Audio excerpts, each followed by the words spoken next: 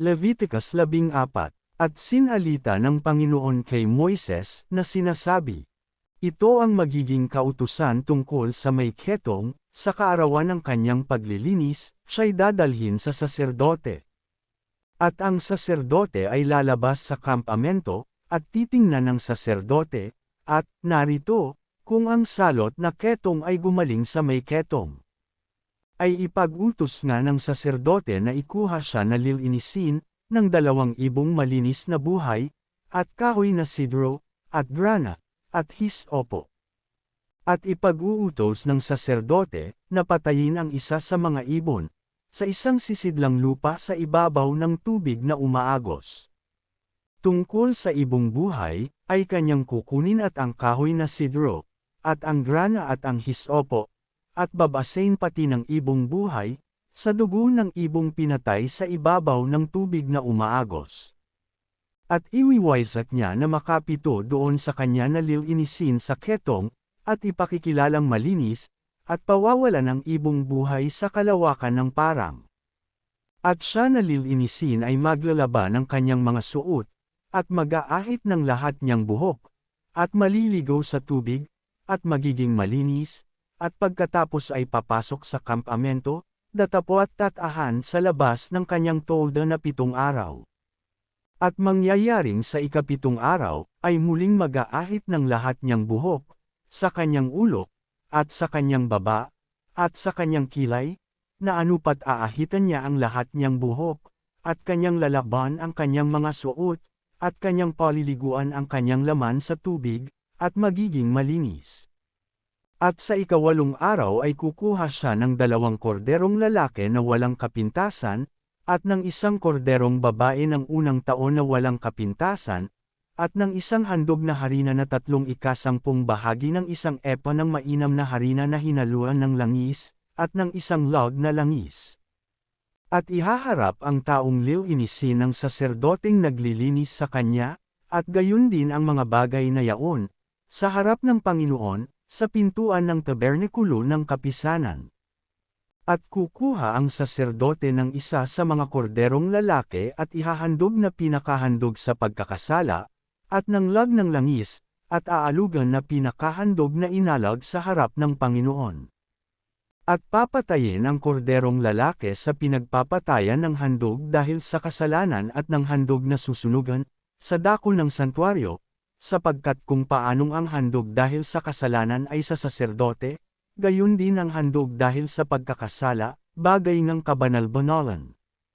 At ang saserdote ay kukuha sa dugo ng handog dahil sa pagkakasala, at ilalagay ng saserdote sa pinggol ng kanang tainga niyaong lilinisin, at sa daliring hinlalaki ng kanyang kanang kamay, at sa daliring hinlalaki ng kanyang kanang paa. At kukuha ang saserdote sa lag ng langis, at ibubuhos sa ibabaw ng palad ng kanyang kaliwang kamay. At itutubog ng saserdote ang kanang daliri niya sa langis na nasa kanyang kaliwang kamay, at magwiwisik siyang makapito ng langis ng kanyang daliri sa harap ng Panginoon. At sa lamabis sa langis na nasa kanyang kamay, ay maglalagay ang saserdote sa ibabaw ng pinggol ng kanang tainga niyaong lilinisin, at sa daliring hinlalaki ng kanyang kanang kamay at sa daliring hinlalaki ng kanyang kanang paa, sa ibabaw ng dugo ng dahil sa pagkakasala. At ang labis sa langis na nasa kamay ng saserdote, ay ilalagay nito sa ulo niyaong lilinisin, at itutubos sa kanya ng saserdote sa harap ng Panginoon. At ihahandog ng saserdote ang handog dahil sa kasalanan, at itutubos sa kanya, na lilinisin dahil sa kanyang karumihan, at pagkatapos ay papatayin ang handog na susunugan. At ihahandog ng saserdote ang handog na susunugan at ang handog na harina sa ibabaw ng dambana, at itutubos sa kanya ng saserdote, at siya'y magiging malinis. At kung siya'y dukha at ang kanyang kaya ay hindi aabot, ay kukuha nga siya ng 1 korderong lalaki na handog dahil sa pagkakasala, na aalugan upang itubos sa kanya, at ng 10 bahagi ng 1 epa na mainam na harina, na hinaluan ng langis na pinakahandog na harina, at ng 1 log ng langis. At ng 2 bato-bato o ng 2 inakay ng kalapati, kung alin ang aabutin ng kanyang kaya, at ang isa'y magiging handog dahil sa kasalanan, at ang isa'y handog na susunugan.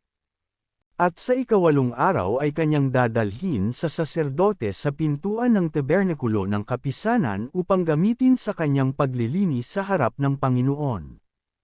At kukunin ng saserdote ang korderong handog dahil sa pagkakasala at ang log ng langis, at aalugan ng saserdote na pinakahandog na inalag sa harap ng Panginoon.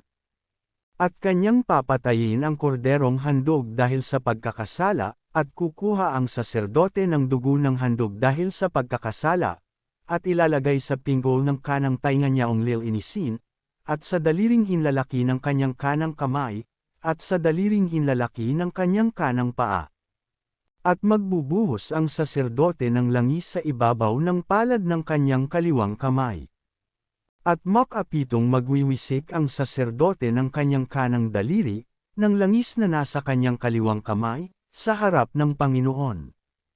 At maglalagay ang saserdote ng langis na nasa kanyang kamay, sa pinggol ng kanang tainga niyang lilinisin, at sa daliring hinlalaki ng kanyang kanang kamay, at sa daliring hinlalaki ng kanyang kanang paa, sa ibabaw ng pinaglagyan ng dugong handog dahil sa pagkakasala. At ang labis ng langis na nasa kamay ng saserdote ay ilalagay niya sa ulo niyang lilinisin, upang itubos sa kanya sa harap ng Panginoon. At kanyang ihahandog ang isa sa mga bato-bato o sa mga inakay ng kalapati, kung alin ang kanyang kaya. Kung alin ang abutin ng kanyang kaya, na ang isa'y handog dahil sa kasalanan, at ang isa'y handog na susunugan, pati ng handog na harina, at itutubos ng saserdote doon sa malilinis sa harap ng Panginoon. Ito ang kautusan tungkol sa may salot na ketong, na ang kanyang kaya ay hindi abot sa nauukol sa kanyang paglilinis. At sinalita ng Panginoon kay Moises at kay Aaron na sinasabi, pagka kayo'y nakapasok na sa lupain ng Canaan, na ibibigay kong pag-aari sa inyo, at ako'y naglagay ng salot na ketong sa alinmang bahay sa lupain ninyong inaari. Ay yayaon ang may-ari ng bahay at magbibigay alam sa saserdote, na sasabihin, tila man din mayroong parang salot sa bahay. At ipag-uutos ng saserdote na alisan ng laman ang bahay bago pumasok ang saserdote na kilalanin ang tila salot, upang ang lahat na nasa bahay ay huwag mahawa, at pagkatapos ay papasok ang saserdote upang tingnan ang bahay. At titingnan ang salot, at kung makitang ang tila salot ay nasa mga panig ng bahay na may ukit na namer, o namumula at tila malalim kaysa panig, ay lalabas nga ang saserdote sa bahay hanggang sa pintuan ng bahay at ipasasara ang bahay na 7 araw. At babalik ang saserdote sa ika-7 araw, at titingnan, at, narito, kung makitang ang kumalat ang salot sa mga panig ng bahay, ay ipag-uutos nga ng saserdote na bunutin ang mga batong kinurunan ng tila salot at ipatatapon sa labas ng bayan sa dakong karumal-dumal. At ipakakayas ang palibot ng loob ng bahay, at ang argamasang inalis na kinies ay itatapon sa labas ng bayan sa dakong karumal-dumal. At magsisikuhan ng ibang mga bato, at ihahalili sa mga batong yaon, at magsisikuhan ng ibang argamasa at siyang ihahaplo sa mga panig ng bahay. At kung muling bumalik ang tila salot, at sumibol sa bahay, pagkatapos na mabunot ang mga bato, at pagkatapos makayos ang bahay, at pagkatapos na mahaplusan ng argamasa, ay papasok nga ang saserdote at titingnan, at, narito, kung makitang ang salot ay kumalat sa bahay ay ketong na nakakahawa sa bahay, ito'y karumal-dumal. At jijibihin niya ang bahay na yaon, ang mga bato at ang mga kahoy, at ang lahat ng argamasa ng bahay, ay dadalhin sa labas ng bayan sa dakong karumal-dumal.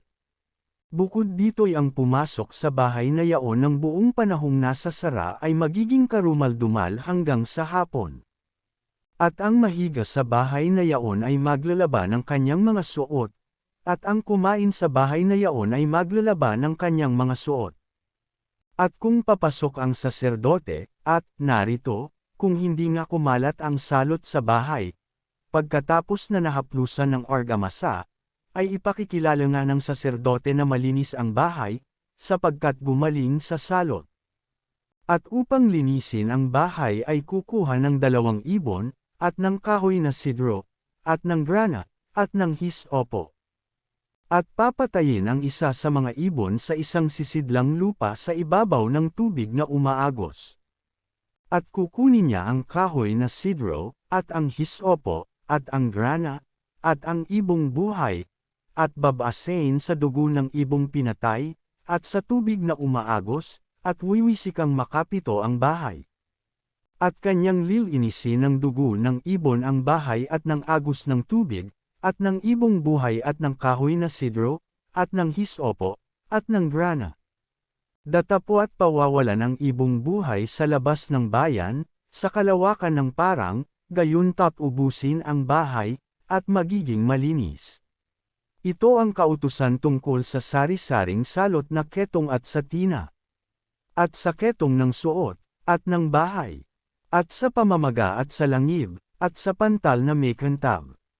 Upang ituro kung kailan karumal-dumal, at kung kailan malinis, ito ang kautusan tungkol sa ketong.